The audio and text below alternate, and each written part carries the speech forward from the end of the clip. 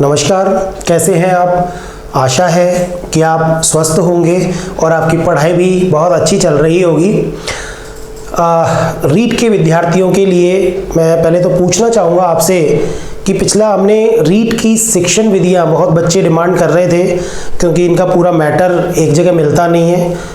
बहुत कम मतलब विषय वस्तु मतलब कम मैटर मिलता है इससे संबंधित, और मिलता भी है तो फिर समझने में थोड़ी प्रॉब्लम आती है, कुछ बच्चों ने बोला भी था। तो इसलिए हमने रीट की शिक्षण विधियाँ और मुख्य रूप से एसएसटी लेवल 2 के जो विद्यार्थी हैं उनसे संबंधित हमने शिक्षा शास्त्रीय मुद्दों के नाम से ये क्लासेस प्रारंभ की हैं। और मैं समझता हूँ कि आपने वीडियो लेक्चर पहला वाला देखा होगा और आपको वो अच्छा लगा होगा, जैसा कि कई बच्चों ने मुझे बताया है कि अच्छा था वीडियो। और आगे भी हम ये एसएसटी की इन क्लासेस को आगे करेंगे, कंटिन्यू करेंगे। 10-15 वीडियोस में हम लोग मतलब ये मानो कि अब हमारी पूरी कोशिश रहेगी कि हम लोग बहुत सारी चीज़ें मतलब इस विषय से संबंधित, इन टॉपिक से संबंधित जो भी मैटर है समझने वाला, वो पूरा का पूरा हम अपनी वीडियो क्लास में समझाएं। अगर बाई चांस कोई फैक्चुअल चीज़ रह भी गई होगी तो वो हम लोग एक पीपीटी के माध्यम से, पीडीएफ के माध्यम से, नोट्स के रूप में आपको अवेलेबल करा देंगे। और अगर आपको भी लगता है कि कोई चीज़ आपको समझ नहीं आ रही है तो आप कमेंट बॉक्स में प्रश्न कर सकते हैं, उनका भी आपको वीडियो के माध्यम से उनको सॉल्व करा दिया जाएगा। अब पहला वाला जो हमने विषय प्रारंभ किया था कि सामाजिक अध्ययन की विषय के रूप में विकास या ऐतिहासिक पृष्ठभूमि, वो वीडियो आपने देखा होगा। उस वीडियो से संबंधित प्रश्न भी आपने देख लिए होंगे, क्योंकि अगले वीडियो में हमने उनसे संबंधित जितने भी प्रश्न उस टॉपिक से संबंधित थे वो हमने वहाँ पर डाल दिए वीडियो लेक्चर में। अब इसका जो आपके सिलेबस के अनुसार जो पहला वाला टॉपिक है, क्योंकि अभी तक तो हमने ऐतिहासिक पृष्ठभूमि पढ़ी थी, अब जो इसका टॉपिक है सामाजिक अध्ययन या सामाजिक विज्ञान की संकल्पना एवं प्रकृति, इस वाले जो मुख्य टॉपिक है आपके सिलेबस का पहला ही, उसको आज हम क्लास में पढ़ेंगे। चलिए, ये रीट लेवल 2 एसएसटी के विद्यार्थियों के लिए क्लास है, शिक्षा शास्त्रीय मुद्दे के नाम से है, और आज का टॉपिक है हमारा सामाजिक अध्ययन या सामाजिक विज्ञान की संकल्पना एवं प्रकृति। पेशेंस के साथ, धैर्य के साथ आप पूरा वीडियो देखें। कोई भी समस्या आपको है कमेंट बॉक्स में लिखें, और मैं आपसे वादा करता हूं कि इस वीडियो को देखने के बाद में आपको मतलब एक समझ विकसित करनी है। हालांकि मैंने इस वीडियो में परिभाषाओं का कलेक्शन भी किया है, ताकि विद्यार्थी को सारी की सारी जो विद्वान है, समाजशास्त्री हैं या जो भी विद्वान है सामाजिक अध्ययन के बारे में जिन्होंने भी लिखा है, उसकी परिभाषाएं मिल जाए एक जगह। काफ़ी कोशिश की है, पर फिर भी बहुत सारी परिभाषाओं का कलेक्शन करके एक तथ्यात्मक बनाना वीडियो को मुझे अच्छा नहीं लगा, इसलिए बहुत लिमिटेड परिभाषा इसमें है, बहुत ज़्यादा नहीं है। ऐसे तो अपन 200-500 परिभाषाएं इस कंसेप्ट के बारे में, प्रकृति के बारे में ले सकते हैं, लेकिन उनका कोई औचित्य नहीं है। हमारी भी कोशिश ये रहेगी कि आप मूल भावना को समझें।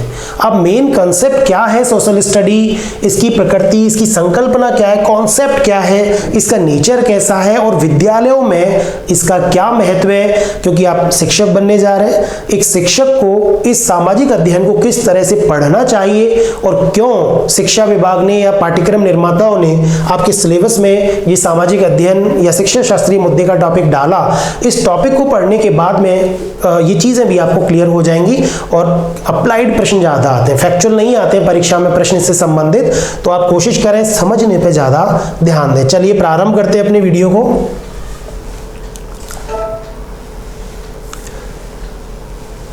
देखिए, सामाजिक अध्ययन का अर्थ एवं संकल्पना। सामाजिक अध्ययन या सामाजिक विज्ञान की संकल्पना और प्रकृति, क्योंकि जैसा कि आपको पता है ये अपने टॉपिक का नाम है। इस वाले टॉपिक में सबसे पहले कोई भी टॉपिक आप पढ़ें, आप भी कोशिश करें कि उस टॉपिक से संबंधित क्या क्या चीज़ें आपको वहाँ पढ़नी है, वो चीज़ें आप पहले एक पेज पे बना लें, ताकि आपको पता रहेगा कि कोई चीज़ छूट ना जाए। क्योंकि कई बार क्या होता है, जल्दबाजी में हम लोग कोई चीज़ स्टार्ट करते हैं तो स्टार्ट तो बहुत अच्छा लेते हैं, लेकिन बाद में बहुत सारी चीज़ों को हम छोड़ देते हैं। तो इसलिए हमने भी वही कोशिश की है कि आपको एक बार ये सारी चीज़ें कि क्या क्या इस वाली यूनिट में, इस टॉपिक में पढ़ाया जाएगा। सबसे पहला है सामाजिक अध्ययन का अर्थ। पहले टॉपिक में सामाजिक अध्ययन का अर्थ, सामाजिक अध्ययन की परिभाषा, सामाजिक अध्ययन और सामाजिक विज्ञान में मूलभूत अंतर क्या है, देखिए, जैसा कि बार बार हम कभी सामाजिक अध्ययन कह देते हैं, कभी सामाजिक विज्ञान कह देते हैं, तो इन दोनों में मूलभूत अंतर क्या है? कभी कभार सामाजिक ज्ञान कह देते हैं, कभी सामाजिक ज्ञान बोल देते हैं। तो मूलभूत अंतर क्या है? अगला है सामाजिक अध्ययन की विशेषताएं। वेरी इंपॉर्टेंट, क्योंकि परीक्षा में सीधे सीधे प्रश्न ऐसे ही पूछा जाएगा कि निम्नलिखित में से सामाजिक अध्ययन की विशेषता नहीं है, निम्नलिखित में से सामाजिक अध्ययन से संबंधित नहीं है, निम्नलिखित में से सामाजिक अध्ययन से संबंधित है, निम्नलिखित में से सामाजिक अध्ययन के बारे में कौन सा कथन असत्य है, कौन सा कथन सत्य है। तो इस तरह की चीजें आपको पूछी जाएंगी। सामाजिक अध्ययन का स्वरूप एवं प्रकृति, अगला टॉपिक रहेगा स्वरूप एवं प्रकृति का, नेचर, जो कि इसका मेन टॉपिक भी है। सामाजिक अध्ययन का क्षेत्र, इसमें इसके क्षेत्र की बात करेंगे कि सामाजिक अध्ययन के अंदर कौन कौन से विषयों को, यानी कि इसका क्षेत्र कितना व्यापक है या संकीर्ण है, और व्यापक है तो कितना व्यापक है, कौन कौन से विषयों को इसके अंदर पढ़ा जाता है। सामाजिक अध्ययन के उद्देश्य एवं लक्ष्य, कि आज अगर विद्यालय स्तर पर मुदालियर आयोग की सिफारिशों के आधार पर यह विषय पढ़ाया जा रहा है, तो इस विषय के क्या उद्देश्य है, क्या लक्ष्य है। भाई, आप एक तरह से भविष्य के शिक्षक हैं, टीचर हैं, क्यों पढ़ाया जा रहा है? साइकोलॉजी इसलिए पढ़ाई जा रही है कि बच्चों के मनोविज्ञान को आप जान सकें कि बच्चा कैसे सीखता है। दूसरा, सामाजिक अध्ययन का उद्देश्य क्या है कि बच्चे को आप मतलब आपको सबसे पहले तो एक टीचर को आसपास के परिवेश के बारे में पता होना चाहिए। आप सोशल स्टडी के टीचर हैं, लेकिन आपको पता ही नहीं है कि भारत में सरकार, राजस्थान में का मुख्यमंत्री कौन है, राजस्थान में कौन सी सरकार है, राजस्थान में कौन सी योजनाएं चलाई जा रही हैं विद्यार्थियों के लिए, राजस्थान में गरीबी कितनी है, राजस्थान में आर्थिक विकास के साधन क्या है, राजस्थान का इतिहास कैसा है। अगर आपको इन विषयों के बारे में ही पता नहीं है तो आप कैसे व्यक्ति को, मतलब स्टूडेंट को, विद्यार्थी को कैसे जोड़ पाएंगे अपने साथ। इसलिए सामाजिक अध्ययन, सामाजिक विज्ञान के, सोशल स्टडी के टीचर पर बहुत बड़ी जिम्मेदारी होती है प्रैक्टिकली चीजों को सीखने की। तो इस सामाजिक अध्ययन का लक्ष्य क्या है, ये सारी चीजें इस टॉपिक में पढ़ाई जाएंगी। एक सामाजिक अध्ययन के कुछ शिक्षण सूत्र हैं, उनको भी यहाँ पे, जैसे ज्ञात से अज्ञात की ओर, है ना, सरल से कठिन की ओर, इन शिक्षण सूत्रों को भी, वैसे अभी शिक्षण सूत्र सामाजिक अध्ययन के हो या किसी भी विषय के हो, हर विषय के शिक्षण सूत्र का एक तरीका होता है। तो सामाजिक अध्ययन के कौन कौन से शिक्षण सूत्र है वो यहाँ हम पढ़ेंगे। ठीक है, एक अंतिम टॉपिक इसका रहेगा राष्ट्रीय पाठ्यचर्या की रूपरेखा, जिसको एनसीएफ 2005 कहा जाता है, जो कि यशपाल कमेटी की सिफारिश के आधार पर इसको लागू किया गया था। क्या क्या प्रावधान थे इसके, क्या अभिशंसाएं थी इसकी, क्या मुख्य बातें थी, वो सारी चीजें, तो ये टॉपिक्स हम इस वाले सिलेबस में सामाजिक अध्ययन या विज्ञान की संकल्पना एवं प्रकृति वाले टॉपिक में पढ़ेंगे। चलिए प्रारंभ करते हैं। सबसे पहला हमारा टॉपिक है सामाजिक अध्ययन का अर्थ। देखिए, सामाजिक अध्ययन का अर्थ सबसे पहला, क्योंकि किसी भी विषय को प्रारंभ में हमेशा ही बात बोलता हूं आपसे कि किसी भी विषय को प्रारंभ करने से पहले, मतलब आप चाहे हिंदी विषय पढ़ रहे हो, चाहे संस्कृत पढ़ रहे हो, सोशल स्टडी में अपने इतिहास पढ़ा तो इतिहास का अर्थ क्या होता है, भूगोल पढ़ा तो भूगोल का अर्थ क्या होता है, क्योंकि एक नाम में उसका काफ़ी सारी बातें, काफ़ी सारी संभावनाएं, क्योंकि नामकरण होना बहुत आसान काम नहीं है। उसके नाम से, उसके भूगोल के नाम से आप उसकी पूरी चीज़, एक थीम आपके दिमाग में चल जानी चाहिए कि हाँ ये होता है भूगोल, यस ये होता है इतिहास, ये हिंदी, ये सारी चीज़ें। तो हर विषय का एक अपना एक अर्थ होता है। तो सामाजिक अध्ययन विषय का क्या अर्थ है, सबसे पहले अपन इस चीज़ को जानने की कोशिश करेंगे। तो चलिए ये देखिए, सामाजिक अध्ययन विषय दो शब्दों से मिलकर के बना है। पहला है सामाजिक, और इस सामाजिक का अर्थ समाज प्लस एक से बना है। या मैं आपको हिंदी में प्रत्यय नहीं पढ़ाऊंगा कि यहाँ पे एक प्रत्यय है। इसका मतलब यह है कि समाज प्लस एक, इसका मतलब अभी अपन जब चर्चा कर रहे थे कि समाज का अध्ययन इसमें किया जाता है, और अगर समाज का अध्ययन किया जाएगा तो कहीं ना कहीं मानव भी यहाँ पर जुड़ा रहेगा, क्योंकि मानव और समाज में, मनुष्य और उसके समाज में एक अन्योन्याश्रित संबंध होता है।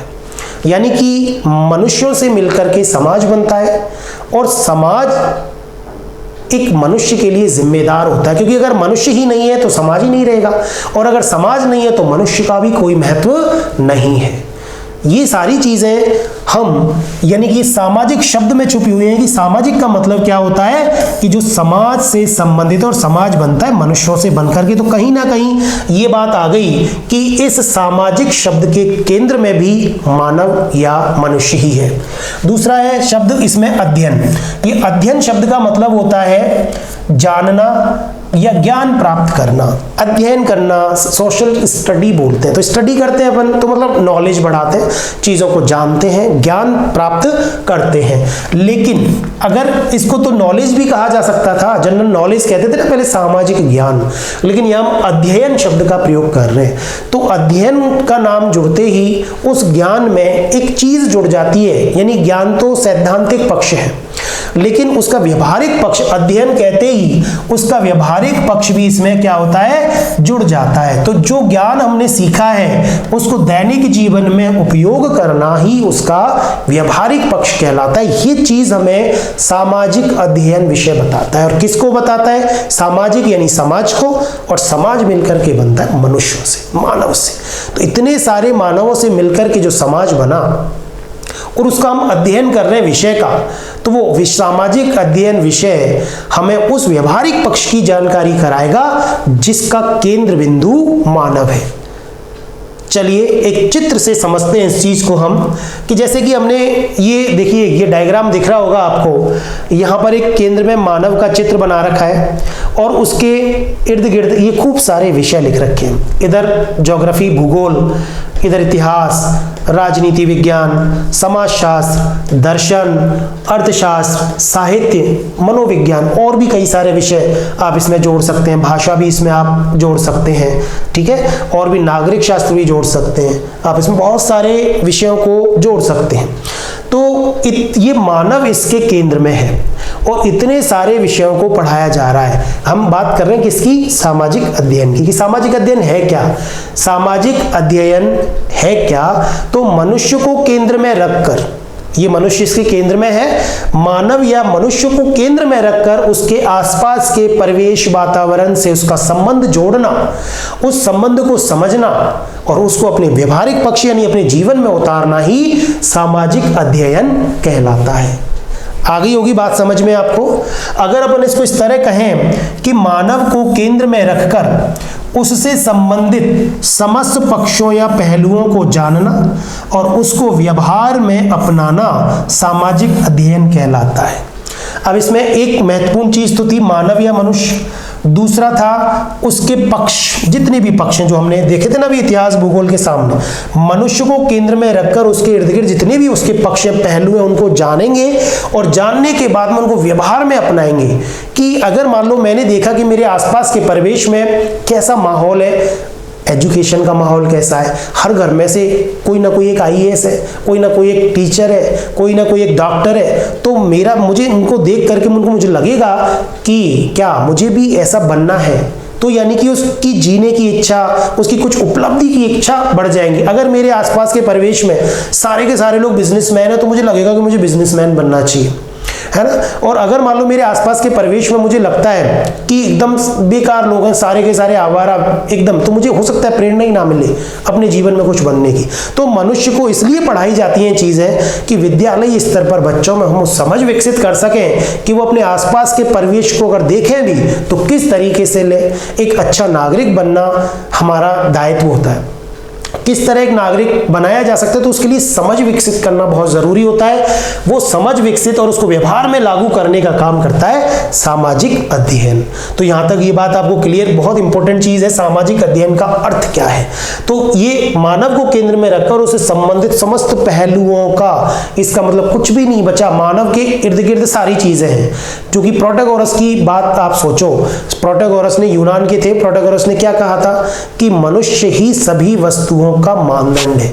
अगर कोई वस्तु हमारे लिए उपयोगी है तो उपयोगी है, अगर हमारे लिए किसी चीज का कोई मतलब नहीं है मनुष्य के लिए, इसका मतलब वो हमारे लिए अनुपयोगी है, चाहे किसी दूसरे ग्रह के लिए या किसी और चीज के लिए उसका कितना ही महत्व हो।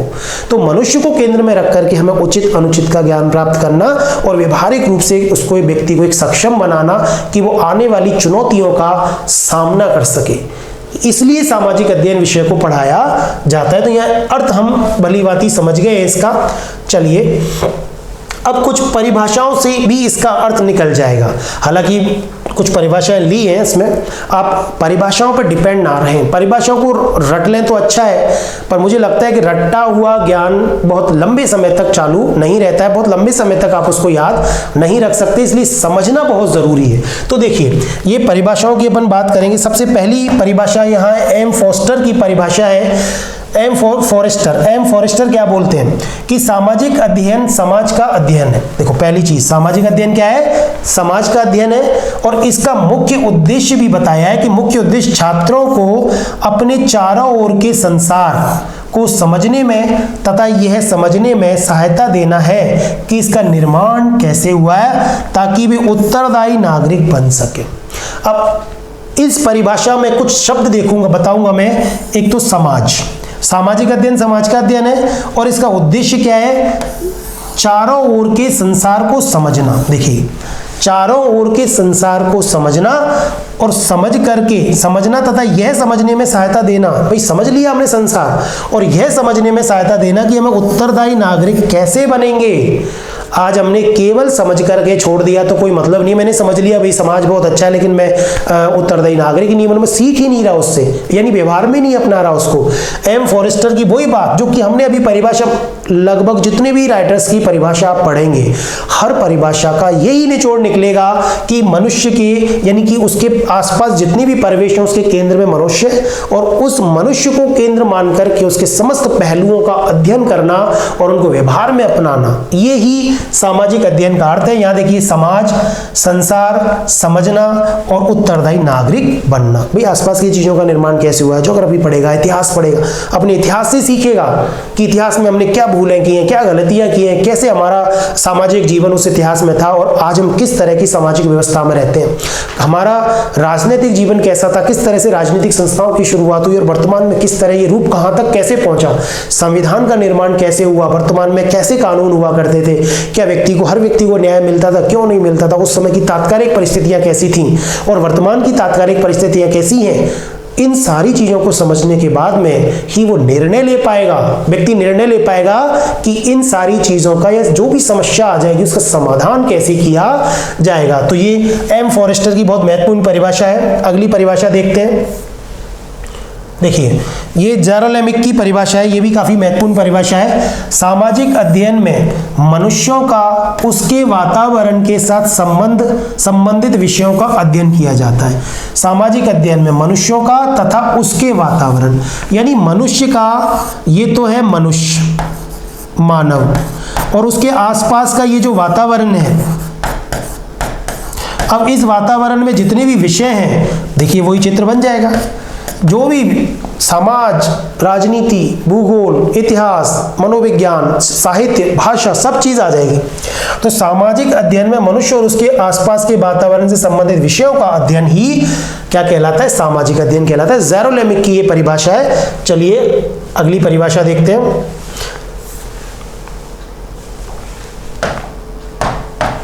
वेस्ले, सामाजिक अध्ययन उन विद्यालयी विषयों, देखिए यहां पर ये विद्यालयी विषयों की ओर संकेत करता है, और नहीं है, और संकेत करता है जो मानवीय संबंधों का विवेचन। अब देखिए वही बात आ गई, विद्यालय विषयों, यानी कि कुछ विषयों की ओर संकेत करता है। ये कौन कह रहा है? वेस्ले विषयों की बात करता है। ये आप इससे याद भी रख सकते हो, वेस्ले वैसे बनता है और विषयों की बात करता है तो वैसे विषय। तो सामाजिक अध्ययन उन विद्यालय विषयों की ओर संकेत करता है जो मानवीय संबंधों का विवेचन, यानी कि ये मानव, वही केंद्र में मानव और मानवीय संबंधों का विवेचन, वो विषय। अब यहाँ अर्थशास्त्र है, तो अर्थशास्त्र क्या करेगा? उसको सिखाएगा कि भैया किसी वस्तु की मांग अगर ज़्यादा होती है तो उसकी पूर्ति कम होती है, तो वो महंगी होती है। अगर मान लो कोई दुकानदार है, वो मानव बिजनेसमैन है, तो इन चीज़ों को वो ध्यान में रख के सीखेगा कि वर्तमान में किस चीज़ की डिमांड ज़्यादा है, किस चीज़ को वो अच्छी रेट पे ला सकता है और लाभ कमा सकता है। तो अर्थशास्त्र हो। अगर समाजशास्त्र की हम बात करें समाज से वो सीखता है कि किस प्रकार से इन पारिवारिक संस्थाओं का विकास हुआ है, कैसे परिवार में एक दूसरे से एक खून के रिश्ते होते हैं, किस तरह व्यक्ति जो है एक दूसरे की भावनाओं को समझ करके व्यवहार करता है। कई बार अपने हितों, अपने स्वार्थों को त्याग करके व्यक्ति उस परिवार की नींव को बना के रखता है। ये सारी चीजें वो समाजशास्त्र के नियमों से सीखता है। दूसरा, मनोविज्ञान।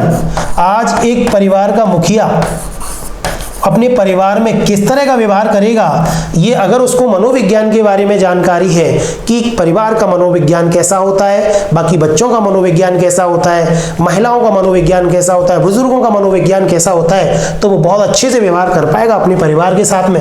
यानी कि मानवीय संबंधों का विवेचन, इस तरह के कुछ विद्यालयी विषय, अब चाहे वो राजनीति विज्ञान हो, चाहे वो इतिहास हो और कोई भी विषय हो, तो उनका विवेचन, ये वेस्ले की परिभाषा थी। चलिए देखिए, अगली परिभाषा है मुफात, MP मुफात या मुफात की परिभाषा। ये बहुत इंपॉर्टेंट परिभाषा है, कई बार परीक्षाओं में पूछी भी गई है। इसमें सामाजिक अध्ययन ज्ञान का वह क्षेत्र है। अब देखिए, नॉलेज की बात कर रहा है, ज्ञान का क्षेत्र है जो युवकों को उस ज्ञान, सूचना और क्रियात्मक अनुभव, यहाँ ज्ञान भी आ गया, सूचना भी आ गई और क्रियात्मक अनुभव भी आ गए भाई, के द्वारा आधुनिक सभ्यता के विकास को समझने में, अब ये आधुनिक सभ्यता का विकास को समझने में सहायता प्रदान करता है, जो मूलभूत मूल्यों, वांछित आदतों, स्वीकृत वृत्तियों तथा उन महत्वपूर्ण कुशलताओं के निर्माण के लिए आवश्यक है जिनको प्रभावशाली नागरिक का आधार माना जाता है। नागरिकता का आधार थोड़ी सी कठिन परिभाषा है, लेकिन हमें रटनी नहीं है परिभाषा, क्योंकि परिभाषा से निचोड़ क्या निकल रहा है, निष्कर्ष क्या निकल रहा है, यहां हमें पहुंचना है। सामाजिक अध्ययन ज्ञान का क्षेत्र है, तो ये चीज तो हमें पता चली गई कि सामाजिक अध्ययन का मतलब ज्ञान। हमने चर्चा की थी सामाजिक विज्ञान का, जब अर्थ देखा था तो सामाजिक का मतलब समाज से संबंधित और अध्ययन का मतलब होता है जानना, ज्ञान और उसको व्यवहार में लाना। यहां कह रहा है कि ये ज्ञान का वो क्षेत्र है जो सूचना, ज्ञान इत्यादि के द्वारा आधुनिक सभ्यता, अब हमने सारी सूचनाएं आसपास की ले ली और वर्तमान की सभ्यता में हम रह रहे हैं, तो उस सभ्यता के विकास को समझने में सहायता प्रदान करेगा कि भैया हमारा समाज कैसे विकसित हो रहा है, मुझे अपना विकास कैसे करना है, मुझे मेरे परिवार का, मुझे मेरे समुदाय का, समाज का, मुझे मेरे राष्ट्र का, मुझे मेरे इस पूरी दुनिया का विकास कैसे करना है, मैं क्या योगदान दे सकता हूं। उसके लिए वो क्या करेगा, मूल्यों, अपनी आदतों और वृत्तियों तथा उन कुशलताओं के निर्माण के लिए जो आवश्यक, उसको जो प्रभावशाली नागरिक, क्योंकि हर व्यक्ति में एक अच्छा नागरिक, एक उपलब्धि की इच्छा रहती है कि मुझे सब जाने, तो उसके लिए वो क्या करेगा, अच्छे मूल्य अपने आप में डेवलप करेगा, कुछ अच्छी आदतें वो अपने आप में डेवलप करेगा, कुछ वृत्ति, कुछ कार्य और कुछ कुशलताएं। अगर आज आप में हाथ का हुनर है, आप बहुत ही कुशल एक कारीगर हैं, तो आपकी वैल्यू है। अगर आप में कुशलता नहीं है तो आपको कोई पूछेगा नहीं। अगर आपका नेचर बहुत अच्छा है तो सब लोग पूछेंगे, और नहीं अगर नेचर आपका अच्छा है तो आप लोग को कोई नहीं पूछेगा। आपकी आदतें बहुत अच्छी हैं, आप सबसे अच्छे से हिल मिल के रहते हैं, आप मिलनसार हैं, तो लोग आपकी चर्चा करेंगे, आपसे बात करना पसंद करेंगे। तो ये सारी चीजें सामाजिक अध्ययन सिखाता है। सोचो, इसका मतलब इतनी सारी चीजें सिखा करके क्या चाह रहा है सामाजिक अध्ययन, एक अच्छा नागरिक बनाना, बहुत सारी यानी कि सामाजिकता हमारे अंदर डेवलप करना, सुनागरिक बनाया जा सके, ताकि हम हमारे राष्ट्र का निर्माण कर सकें, हमारा सर्वांगीण विकास कर सकें। और जब व्यक्ति का सर्वांगीण विकास होगा तो समाज का होगा, और समाज का होगा तो राष्ट्र का होगा, और राष्ट्र का होगा तो पूरे संसार का सर्वांगीण विकास होगा। एक और परिभाषा है मुफात की कि जीने की कला बड़ी सुंदर कला है और इसे केवल सामाजिक अध्ययन द्वारा ही प्राप्त किया जा सकता है। बहुत बड़ी बात है परिभाषा, मतलब ये मान लो कि तो रटनी क्या, समझने की तो है ये सारी चीजें।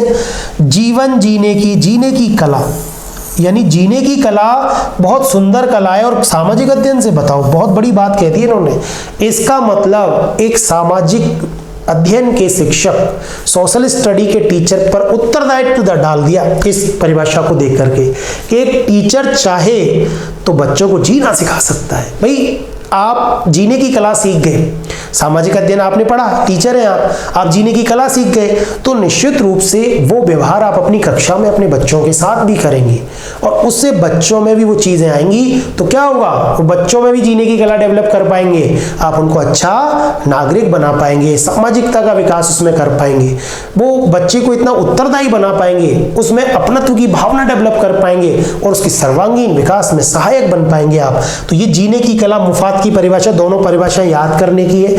समझ देखो, सारी परिभाषाओं से लगभग एक ही निचोड़ आ रहा है कि सभी परिभाषाओं के केंद्र में क्या है, मानव, और मानव के आसपास के परिवेश पर्यावरण से वो सीख रहा है और सबसे बड़ी बात है सीख करके उसको व्यवहार में अपना भी रहा है।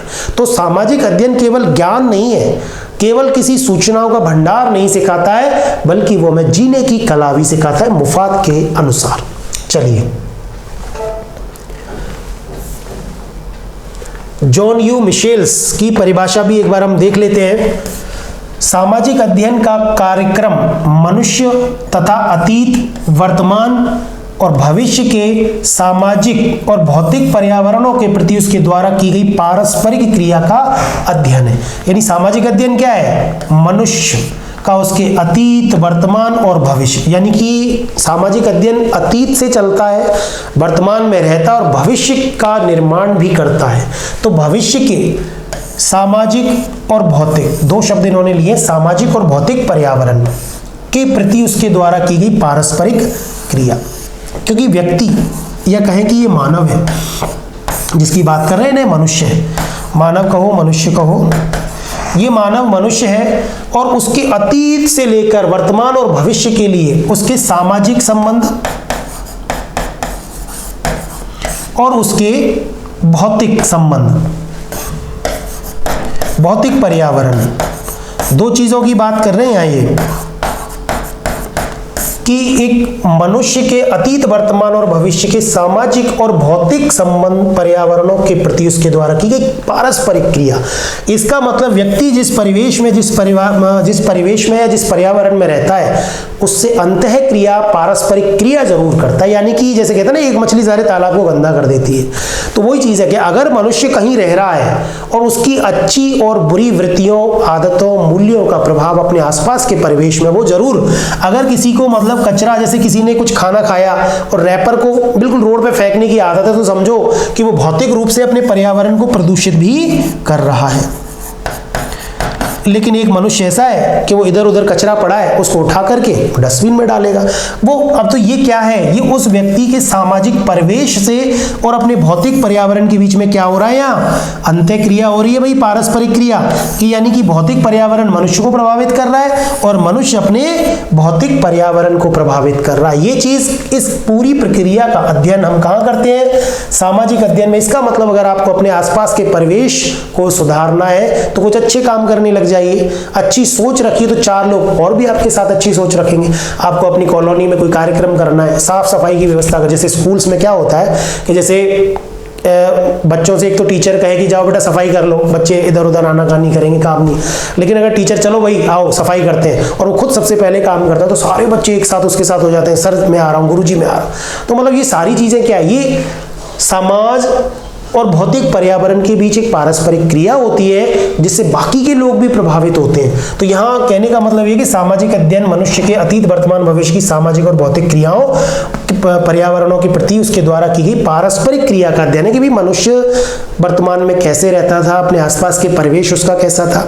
तो जब अपन इतिहास जब आप पढ़ते हैं तो बिल्कुल ये चीजें आपको याद रहती कि उस समय एक दायरा था व्यक्ति का कि वो बहुत लंबी दूर की दूरियां तय नहीं कर सकता था, केवल वर्तमान तक ही सीमित, यानी कि उसका गांव ही उसकी आवश्यकताओं की पूर्ति का एक जरिया हुआ करता था।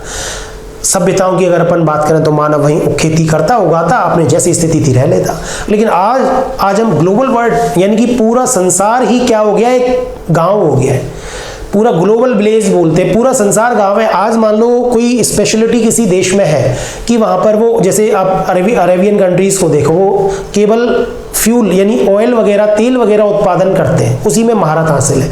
तो वो तेल उत्पादन कर रहे हैं, बाकी के देशों से अपनी जरूरत की चीजें मंगा रहे हैं। लेकिन पहले दूरियां बिल्कुल बहुत मतलब ज्यादा थी, गैप बहुत ज्यादा था, तो भाई खाने की चीजें, कपड़े भी पहनने हैं तो कपड़े के लिए कपास उत्पादन ये एक ही जगह करना पड़ता था। लेकिन वर्तमान में स्पेशलिटी है, अगर आप किसी चीज में महारत हासिल, दूसरी जगह से चीजें मंगा लो आप। तो ये सारी चीजें क्या है, ये पारस्परिक क्रिया यानी कि भौतिक परिवेश व्यक्ति को प्रभावित करता है और व्यक्ति अपने भौतिक परिवेश से प्रभावित होता है। ये चीज जॉन यू मिशेल्स ने कही थी अपनी परिभाषा में, ठीक है, सामाजिक अध्ययन की परिभाषा में। अगला देखिए, कुछ और परिभाषाएं हैं, इनको भी देख लेते हैं। राष्ट्रीय शैक्षिक समुदाय आयोग की ये परिभाषा है, राष्ट्रीय शैक्षिक समुदाय आयोग NEAC। ये सामाजिक अध्ययन वह विषय वस्तु है जो मानव समाज के संगठन एवं विकास के से संबंधित है और मनुष्य के सामाजिक समूहों के सदस्य के रूप में अध्ययन करती है। यानी सामाजिक अध्ययन कैसी विषय वस्तु, यानी कि एक विषय वस्तु है जो मानव समाज के संगठन, यानी मनुष्य के समाज का, वही मानव है, ये मानव समाज है, मतलब इस मानव के समाज का संगठन, भाई ये मानव है और ये समाज है, तो इसका संगठन कैसे हुआ, कैसे इसका निर्माण हुआ और उसके विकास, और धीरे धीरे वो समाज में किस तरह से उत्तरोत्तर वृद्धि होती गई, कैसे बढ़ोतरी होती गई।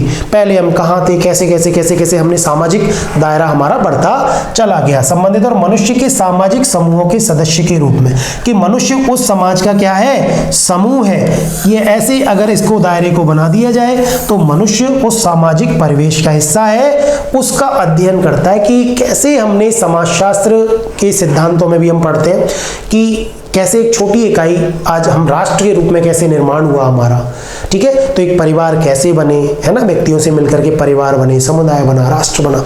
तो ये सारी चीजों का अध्ययन ये राष्ट्रीय शैक्षिक समुदाय आयोग कहता है कि ऐसी विषय वस्तु है जिसमें मनुष्य के सामाजिक समूहों, यानी कि अब सामाजिक है मनुष्य तो वो आर्थिक, भौगोलिक, राजनीतिक, है ना, सारी चीजें उसके आसपास के परिवेश की जुड़ जाती हैं, क्योंकि मनुष्य का अगर विकास होगा, उसके समूह का विकास होगा तो उस समूह को बहुत सारी चीजें प्रभावित करती हैं, चाहे वो उसका राजनीति हो, राजनीतिक क्षेत्र हो, चाहे उसका मनोवैज्ञानिक क्षेत्र हो, चाहे नैतिकता हो, सब चीज उसको प्रभावित करती है। ये है राष्ट्रीय शैक्षिक समुदाय आयोग की परिभाषा।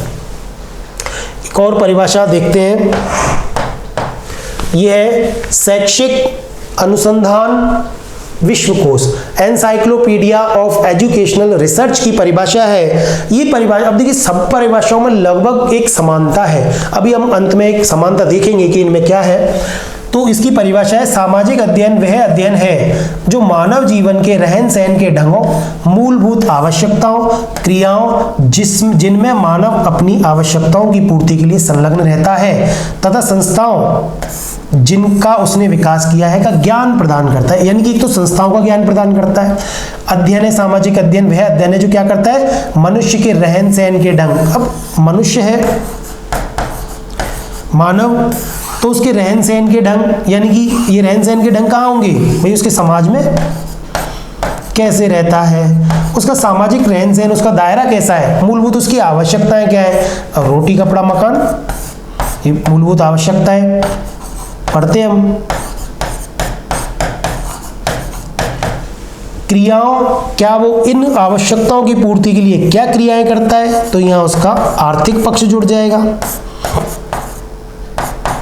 ठीक है, आवश्यकताओं की पूर्ति में संलग्न रहता है। अब मनुष्य अपनी आवश्यकताओं की पूर्ति में किस प्रकार से संलग्न रहता है, अब आर्थिक क्रियाएं करता है तो आर्थिक क्रियाओं पर राजनीतिक माहौल का फर्क पड़ता है, उसके नैतिकता का फर्क पड़ता है, उसके मनोविज्ञान का फर्क पड़ता है। तो यानी कि मनुष्य को हर चीज प्रभावित करती है। कहने का मतलब यह है कि ये सामाजिक अध्ययन वह अध्ययन है जो उसके रहन सहन के ढंग, आवश्यकताओं, उसकी क्रिया, उसकी कैसे वो चीजों की आवश्यकताओं की पूर्ति करता है, उनके आसपास के परिवेश का अध्ययन करता है। ये परिभाषा शैक्षिक अनुसंधान विश्वकोश की।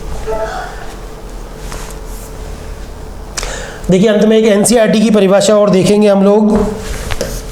एक व्यक्ति और उसके सारे भौतिक पर्यावरण के संबंधों को सामाजिक अध्ययन के अंतर्गत लिया जाता है। ये तो एक व्यक्ति है और उसके सारे भौतिक पर्यावरण के संबंध, यानी कि ये व्यक्ति और उसके आसपास का जो भी भौतिक पर्यावरण है, जो भी, ये सब क्या है?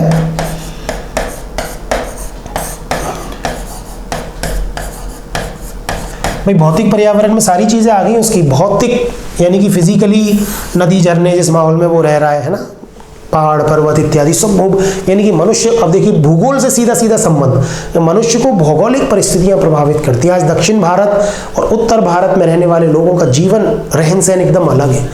कोस्टल एरियाज में, जो कि सीमावर्ती तटवर्ती इलाकों में जो लोग रहते हैं, उनका रहने का स्टाइल एकदम अलग है, उनके पहनने का स्टाइल अलग है, उनके खान पान एकदम अलग है। तो यानी कि भौतिक पर्यावरण व्यक्ति को प्रभावित करता है और व्यक्ति अपने भौतिक पर्यावरण से प्रभावित होता है। इन चीजों का अध्ययन, ये एनसीईआरटी की परिभाषा है कि एक व्यक्ति और उसके सारे भौतिक पर्यावरण के संबंधों का सामाजिक अध्ययन के अंतर्गत लिया जाता है कि उसका आसपास के परिवेश से क्या संबंध है। चलिए, माध्यमिक शिक्षा आयोग की परिभाषा और देख लेते हैं। माध्यमिक शिक्षा आयोग इतिहास, भूगोल, अर्थशास्त्र, नागरिक शास्त्र, इन समस्त विषयों का एकीकृत स्वरूप ही सामाजिक अध्ययन की विषय वस्तु है, जो छात्रों को सामाजिक पर्यावरण में व्यवस्थित करती है। देखिए बहुत अच्छी परिभाषा है। और एक बहुत बड़ी चीज इसमें एकीकृत स्वरूप की बात आता है, प्रश्न आता है कि सामाजिक अध्ययन एक एकीकृत उपागम है। इस तरह की बात आती है कि सामाजिक अध्ययन को क्या माना है इन्होंने? एकीकृत उपागम। क्योंकि कई बार क्या होता है, कई बार हमें ऐसा लगता है कि भाई इतिहास पढ़ लिया, ज्योग्राफी पढ़ ली, सब कुछ तो पढ़ लिए, सामाजिक अध्ययन क्यों पढ़े? हर कोई बच्चा सामाजिक अध्ययन क्यों पढ़े? आज भविष्य में किसी बच्चे को विज्ञान लेना है, साइंटिस्ट बनना है, तो भी सामाजिक अध्ययन पढ़ना पड़ेगा। हमारे सिलेबस में भाई पहली कक्षा से 10वीं कक्षा में 10 साल आपको किसी ना किसी रूप में आपके आसपास के परिवेश से परिचित कराया जाता है, ताकि आप अपने भावी जीवन में आज उन चीज़ों का उपयोग करके अपने जीवन को सफल बना सको, एक अच्छे नागरिक बन सको। ये इसलिए एकीकृत उपागम कि उन्होंने, अब इसमें अपन कुछ इतिहास के चैप्टर भी पढ़ते हैं, कुछ ज्योग्राफिकल चीज़ें भी पढ़ते हैं, कुछ अर्थशास्त्र की चीज़ें पढ़ते हैं, कुछ सिविक्स की चीज़ें, नागरिक शास्त्र की चीज़ें पढ़ते हैं, कुछ और भी चीज़ें अपन इसमें, समाजशास्त्र की चीज़ इसमें है नहीं, समाजशास्त्र दिया नहीं है इन्होंने अपनी परिभाषा में, समाजशास्त्र की चीजें पढ़ते हैं, मनोविज्ञान की चीज। तो ये क्या है, ये आप इनको ये मत मानो कि इनका एक तरह से इकट्ठा कर दिया है कुछ चीजें यहां से लेकर के, ना ना ना ना, ऐसा नहीं है। ये अपने आप में सोशल स्टडी एक ऐसा विषय है जो व्यक्ति की सोच और समझ को, उसके दायरे को बढ़ाता है। एक अकेला इतिहास पढ़ने से शायद उसका दायरा ना बढ़े, लेकिन एक राजनीति विज्ञान पढ़ने से ना बने, लेकिन एक सोशल स्टडी को अगर वो 10 साल पढ़ेगा बच्चा, तो उसकी समझ विकसित हो जाएगी, चाहे वो इतिहास पढ़े नहीं, लेकिन इतिहास के प्रति उसका दृष्टिकोण बदल जाएगा।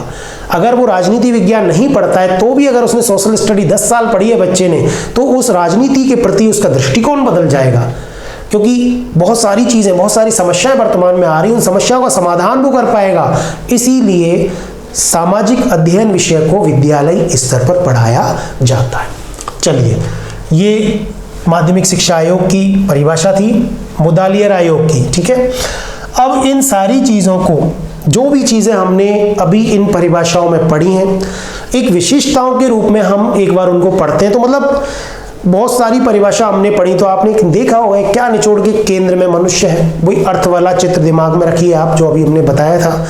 केंद्र में मनुष्य है और उस मनुष्य को प्रभावित करने वाली जितनी भी चीजें हैं, बस उनका अध्ययन, उनका संबंधों का अध्ययन कि उनसे उनका क्या संबंध रहता है, ये सारी चीजें सामाजिक अध्ययन की विषय वस्तु है। इन विशेषताओं के माध्यम से और ये चीजें हमें क्लियर हो जाएंगी। देखिए, सामाजिक अध्ययन की विशेषताएं। पहला है केंद्र बिंदु मानव। बार बार हर परिभाषा में हम इस विशेषता के बारे में पढ़ रहे हैं कि सामाजिक अध्ययन का केंद्र बिंदु क्या है? भाई मानव है। यानी कि जितनी भी ये प्रक्रियाएं हो रही हैं, केंद्र बिंदु सामाजिक अध्ययन को क्यों पढ़ाया जा रहा है? हमारे लिए। हमें तो कभी पता ही नहीं चला कि सामाजिक अध्ययन को इसलिए पढ़ाया जा रहा है कि हम इसके केंद्र में हैं। हमें तो ऐसा लगता है सामाजिक अध्ययन पढ़ते समय कि बस केवल सूचनाओं का भंडार है, केवल सूचनाओं का भंडार है। टीचर आया, क्लास में, हाँ भाई खड़ा हो जा, तू पढ़ विधि से पढ़ाता है, खड़ा हो जा, बच्चा लेके किताब और पढ़ा देता है टीचर, ओके प्रश्न कर ला। हमारी शिक्षा व्यवस्था में क्योंकि सबसे बड़ी बात यह है कि टीचर बहुत अच्छी तैयारी करके सिलेक्शन लेके बनता जरूर है, पर वो नौकरी लगने के बाद में अपने ज्ञान को उठा के पोटली बना के रख देता है और केवल ये सीधे सीधे शब्दों में कह सकते हैं कि घास काटने का काम। अगर बच्चे को अपन उस तरह से, उस लेवल से, उस दृष्टिकोण के साथ पढ़ाएं तो निश्चित रूप से बच्चों में जो उद्देश्य या विशेषताएं जो बताई हैं हमने सामाजिक अध्ययन की, उनको यहाँ पे हम वास्तव में चरितार्थ होता देखेंगे।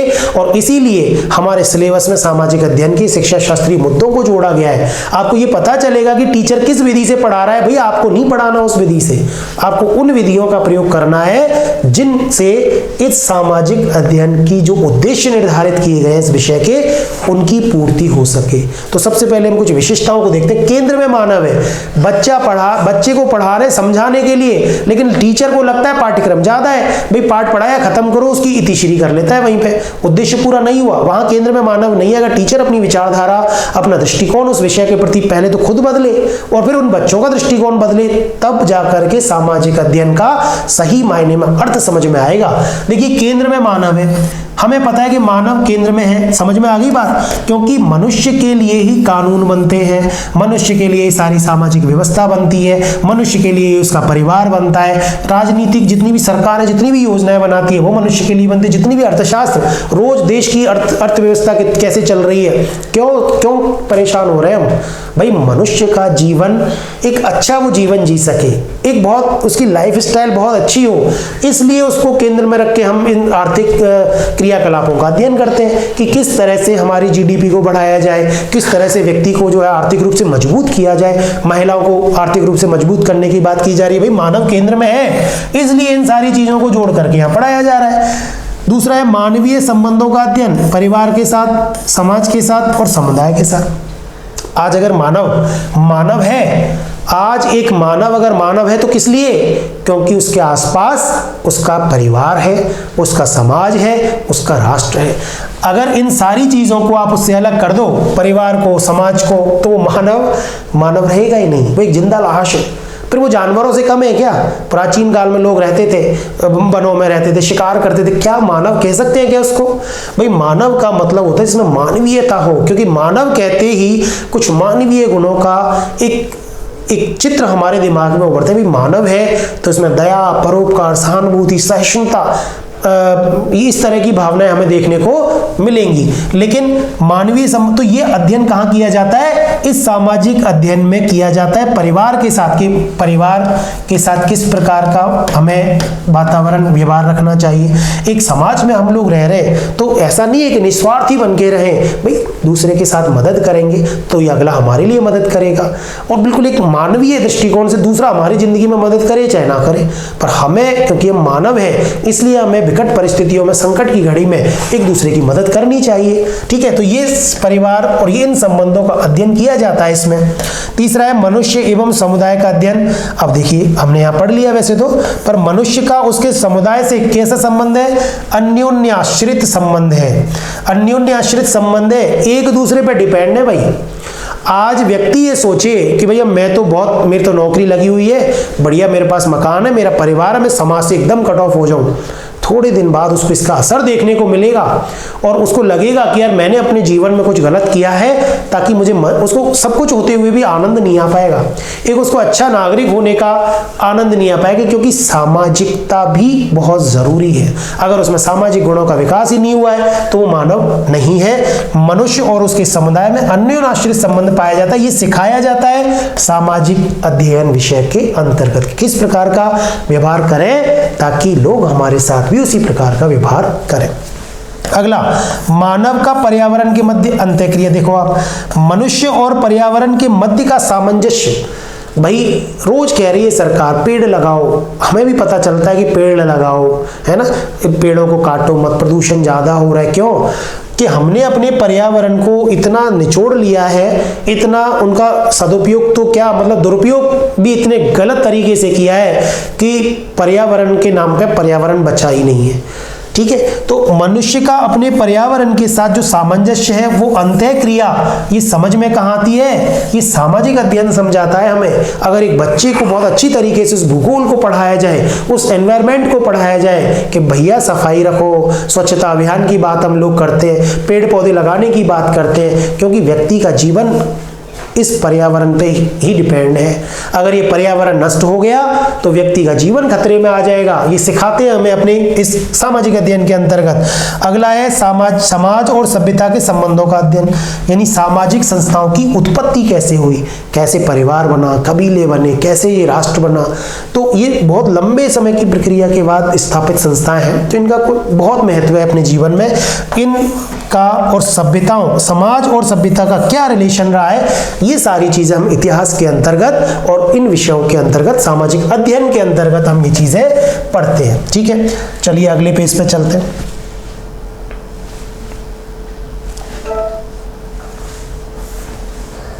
देखिए कुछ और विशेषताएं हैं यहाँ पे। सामाजिक अध्ययन की कुछ और विशेषताएं हैं। राष्ट्रीय और अंतर्राष्ट्रीय घटनाओं का अध्ययन, बहुत ही महत्वपूर्ण, समसामयिक समस्याओं को समझने में सहायता।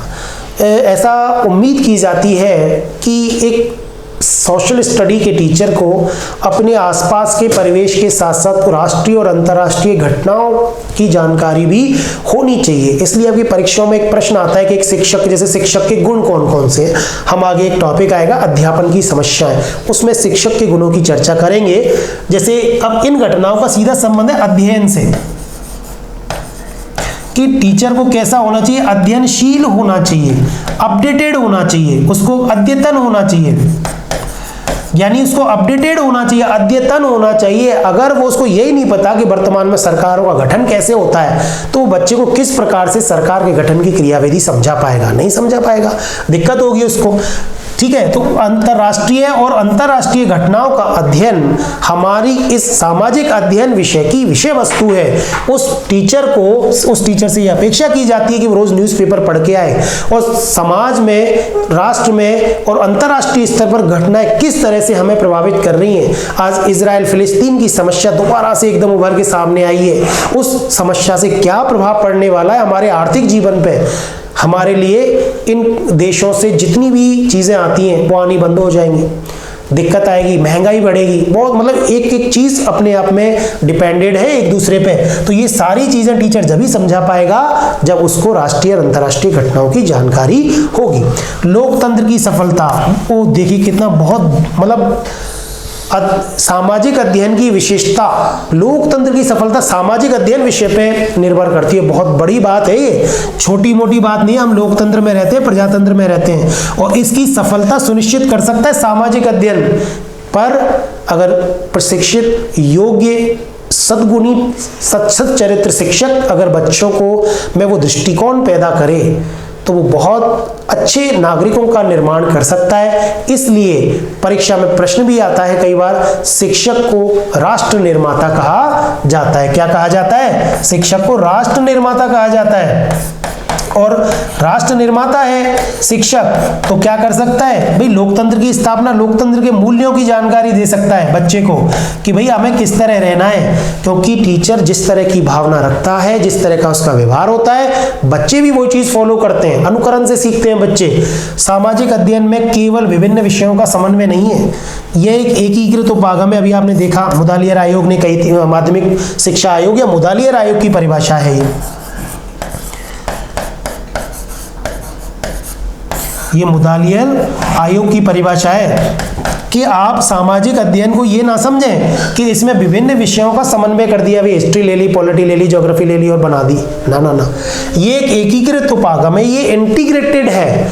एक व्यक्ति को सफल बनाने के लिए, सर्वांगीण विकास के लिए, उसकी सुनागरिकता के लिए, सामाजिकता के लिए, लोकतंत्र की रक्षा के लिए ये एकीकृत उपागम है अगर सामाजिक अध्ययन को। लेकिन जो सोच है सामाजिक अध्ययन के साथ, उस तरह से पढ़ाने वाला शिक्षक और उस तरह की परिस्थितियां हमें चाहिए, तब जाकर के ये विशेषताएं भी हैं और ये इनके उद्देश्य भी हो सकते हैं और ये इनकी विषय वस्तु भी हो सकती है।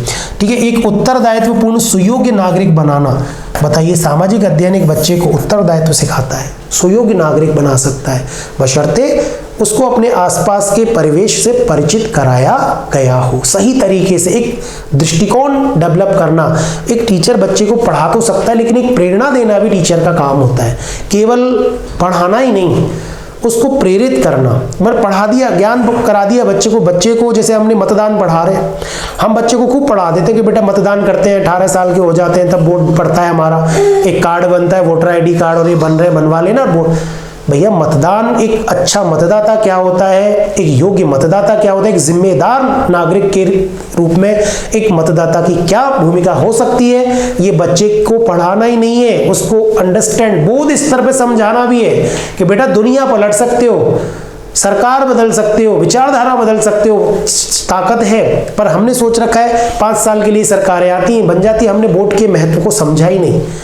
बच्चे को समझाना पड़ेगा उस महत्व को, तब जाकर के उसको उत्तरदायी सुयोग्य नागरिक बना सकते हैं। मुफाद की एक परिभाषा भी अंत में इसकी विशेषताओं में लेंगे हम लोग कि जीवन जीने की कला बड़ी सुंदर कला है और ये सामाजिक अध्ययन से, यानी कि व्यक्ति को जीवन जीना अगर सिखाना है तो आप सामाजिक अध्ययन विषय उसको पढ़ा दीजिए तो वो जीवन जीना सीख जाएगा। वास्तव में व्यवहारिक स्तर पर अगर इनको देखें हम, तो इन परिभाषाओं को, अगर हम इन विशेषताओं को या इस अर्थ एवं विशेषताओं को, मुझे लग रहा है आप समझ गए होंगे, और अगर सही तरीके से क्रियान्विति अगर इस चीजों की अध्ययन की हो तो हम इस उद्देश्यों की प्राप्ति भी कर सकते हैं। ये विशेषताएं थी कुछ जिनको हमने इसमें पढ़ा।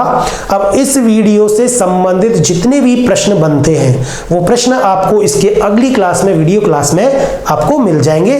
तब तक के लिए धन्यवाद।